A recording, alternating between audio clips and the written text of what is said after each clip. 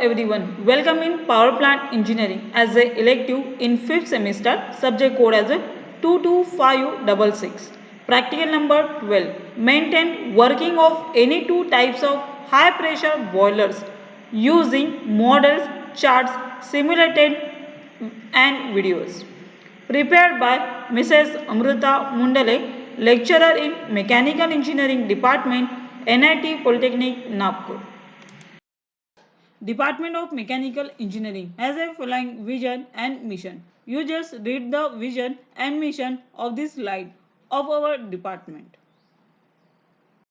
Learning outcomes. After completion of this practical video lecture, you are able to maintain working of any two types of high pressure boilers.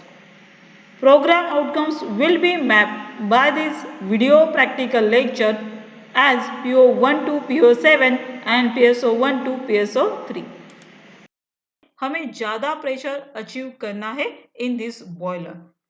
तो let us discuss high pressure boiler. तो high pressure boiler में आता है high pressure boilers are use to increase the efficiency of the plant. High pressure boiler जो है हमारे plant की efficiency को बढ़ाएगा. कौन से प्लांट की? थर्मल पावर प्लांट की और स्टीम पावर प्लांट की. नेक्स्ट है these are developed because of rising cost of fuel and restrictions on air pollution. इसको हमने जो बनाया है वो क्यों बनाया है? राइजिंग यानी increasing continuous cost of fuel and reduction in air pollution. So next is a modern power generation plants generally use high pressure boiler. तो मॉडर्न पावर जनरेशन में यानी अभी जो स्टीम पावर प्लांट्स यूज होते हैं जिसमें electricity बनती है उन सारे प्लांट्स में हाई प्रेशर बॉयलर्स यूज किए जाते हैं.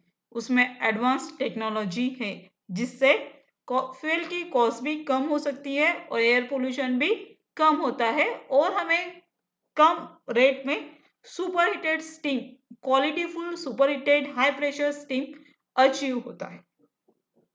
These high pressure boilers have pressure about 140 bar and the temperature may be used to 540 to 610 degrees centigrade. It is the most important characteristic of high pressure boiler. Now discuss about low floor boiler. तो अभी हम discuss करेंगे लो floor boiler के बारे में. तो normally जो हमने देखा कि लेमंड और बेंसन बॉयलर में सॉल्ट डिपोजिशन प्रॉब्लम होता है because of using all the elements inside the boiler itself from combustion to the chimney. So in this low floor boiler we arrange all the elements outside of vessel. In that the boiler consists of all the generation steam element is away from combustion chamber.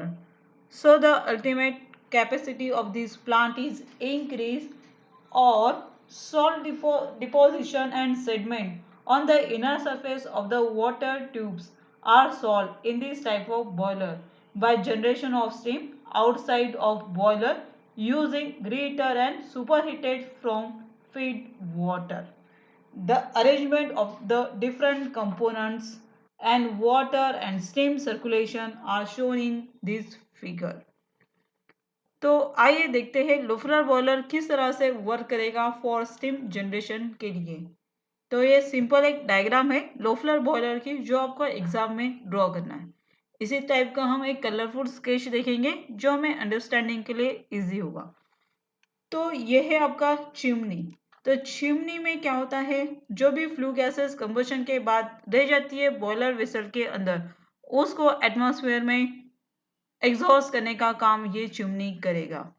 तो जैसे कि economiser आपको पता है कि water जो previously combustion chamber के पास जाके स्टीम फॉर्म करेगा उसको प्रीहीट करने का काम ये इकोनोमाइजर करता है.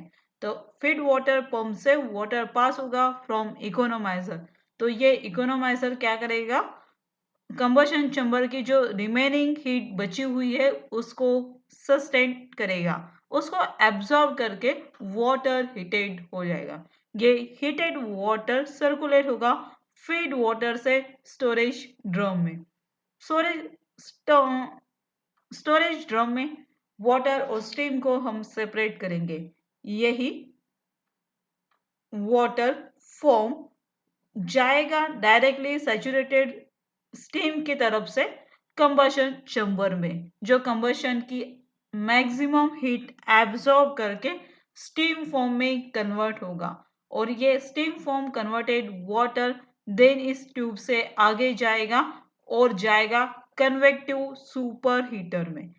और इसमें से जो भी वाटर मॉइस्चर कंटेंट स्टीम में रह गए हैं उसको फिर से सुपर हीटेड करने का काम करेगा। यहाँ से जितने भी आपको सुपर हीटेड स्टीम मिलेगी ये जाएगी आपके टरबाइन तक। देन टरबाइन पे काम होने के बाद यहाँ पे जो पोर्शन रिमेनिंग बचेगा यानी वाटर का जो स्टीम फॉर्म टरबाइन पे स्ट्राइक करके ऑपरेशन परफॉर्म होगा, तो उसी स्टीम का रिमेनिंग फॉर्म फिर से सर्कुलेट होगा ड्रम में। तो यहाँ पे फिर से जो स्टीम रिमेनिंग आई है टरबाइन से उसको हम वाटर में कन्वर्ट करेंगे।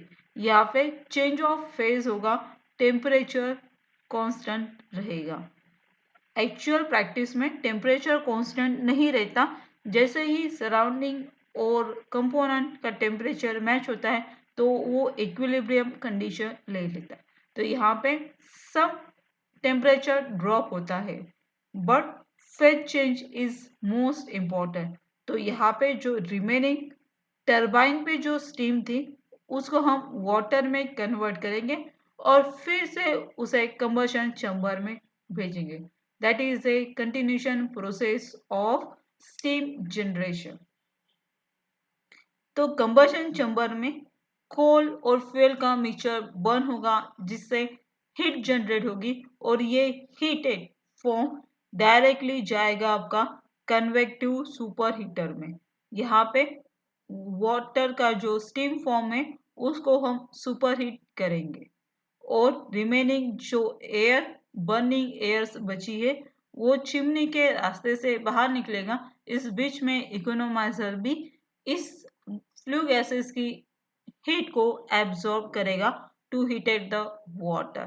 That is a Loeffler boiler construction and working of steam generation. आइए देखते हैं इसी डायग्राम को हम कलरफुल स्केच में देखते हैं। This diagram again a simple form of low flower boiler, जिसमें आपको यहाँ पे कंबशन चैम्बर दिख रहा है। यहाँ से वाटर हीटिंग आएगा, वाटर हीटिंग आने के बाद यहाँ पे एक्चुअल में कंबशन होगा। इस कंबशन होते हुए यहाँ से स्टीम फॉर्म होके यहाँ से steam directly high pressure steam turbine या लो प्रेशर स्टीम टरबाइन में फॉर्म होगा। इसमें दो सेपरेटर्स है जहाँ से एक यहाँ पर भी कन्वेक्टिव सुपर हीटर भी हीट एब्जॉर्ब करेगा, देन स्टीम रीहीटर भी स्टीम को फॉर्म करेगा डिफरेंट साइकिल से और देन इकोनोमाइजर भी हीट एब्जॉर्ब करेगा फ्रॉम कंबशन चैम्बर। तो यहाँ पे जो सैचुरेटेड स्टीम है वो 65% स्टीम यहाँ पे ही फॉर्म होती है इन रेडियंट सुपर हीटर और रिमेनिंग जो हीट है 35% हीट ये steam coming out the super heater is supply to the HP steam turbine. तो इस फॉर्म में लो फ्लर बॉयलर वर्क करता है जिसका maximum components of steam generation ये बॉयलर के वेसल से आउटसाइड होता है, जिसके वजह से सॉल्ट डिपोजिशन कम होता है और उसे हम इजीली क्लीन। आइए देखते हैं नेक्स्ट वेलॉक्स बॉयलर। तो ये वेलॉक्स बॉयलर की डायग्राम है, सिंपल कंस्ट्रक्शन जो आपको एग्जाम में ड्रॉ करना है।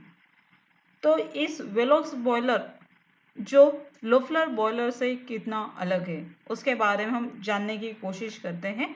तो इस टाइप के बॉयलर में स्पेशली वेलॉक्स बॉयलर में वाटर ट्यूब्स के अंदर गैस ट्यूब्स प्रेजेंट होती है। गैस ट्यूब उसके बाहर कवर होगा और अंदर साइड से वाटर पास होगा, जिससे हीट एब्जॉर्प्शन कैपेसिटी बढ़ती है। यानी two tubes, double tube structure are present in this type of boiler. The arrangement of the components of this boiler is shown in figure. Air is compressed to 2.5 bar with the help of a compressor run by a gas turbine before supplying to the combustion chamber to get the supersonic velocity of the gases passing through the combustion chamber and gas tubes and high heat release rates.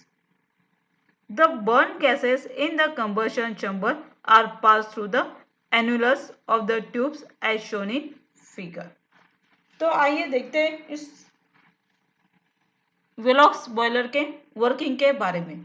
तो जैसे कि हमने अभी आपको बताया कि Velox boiler में क्या होता है, तो गैस ट्यूब से, गैस टरबाइन से गैस को हम पास करते हैं जो एयर को हीटेड और प्रेशराइज करेगा। यही air, high pressurise air combustion chamber में कंबस्ट करने का काम करेगा।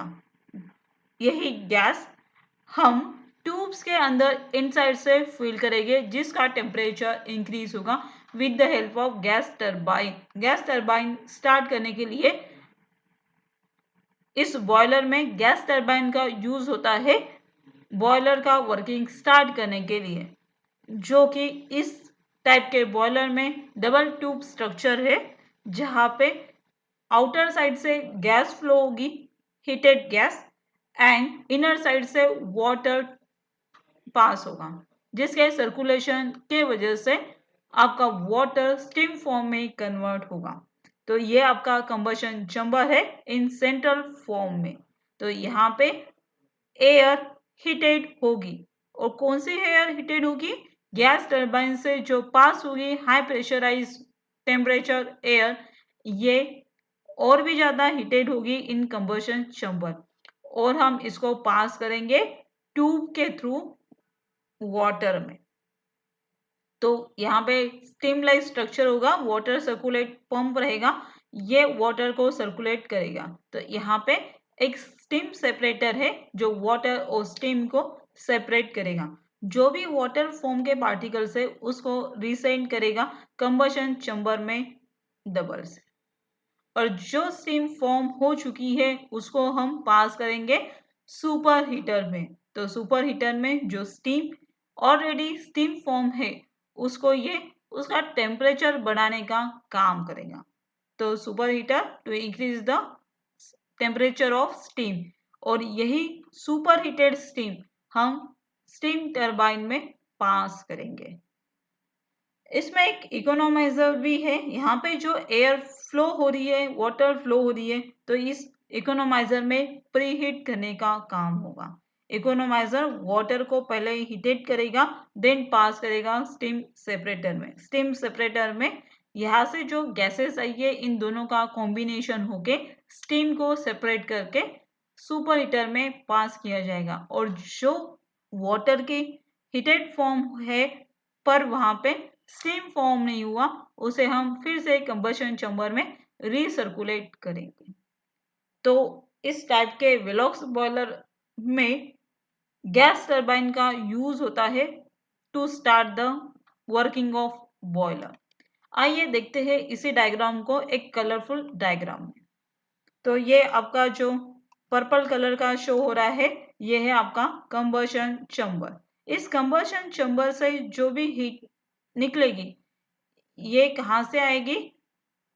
गैस टरबाइन से। गैस टरबाइन से एयर कॉम्प्रेस होगी, एयर कॉम्प्रेस होके फिर इस कंबशन चैम्बर में आएगी। तो कंबशन चैम्बर में हमें प्रीवियसली कम हीट लगेगी, और फिर ये वाटर थ्रू पंप से पास होगी separating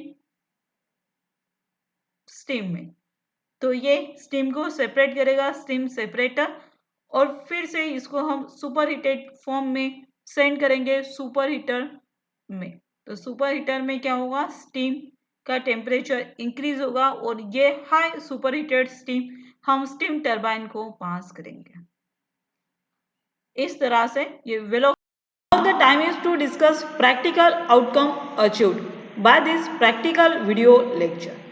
Maintain working of any two types of high pressure boilers. Program outcome achieved by this practical video lecture as PO1, PO5, PO6 and PO7 are the maps by this practical video lecture. Thank you. Happy learning. Stay online.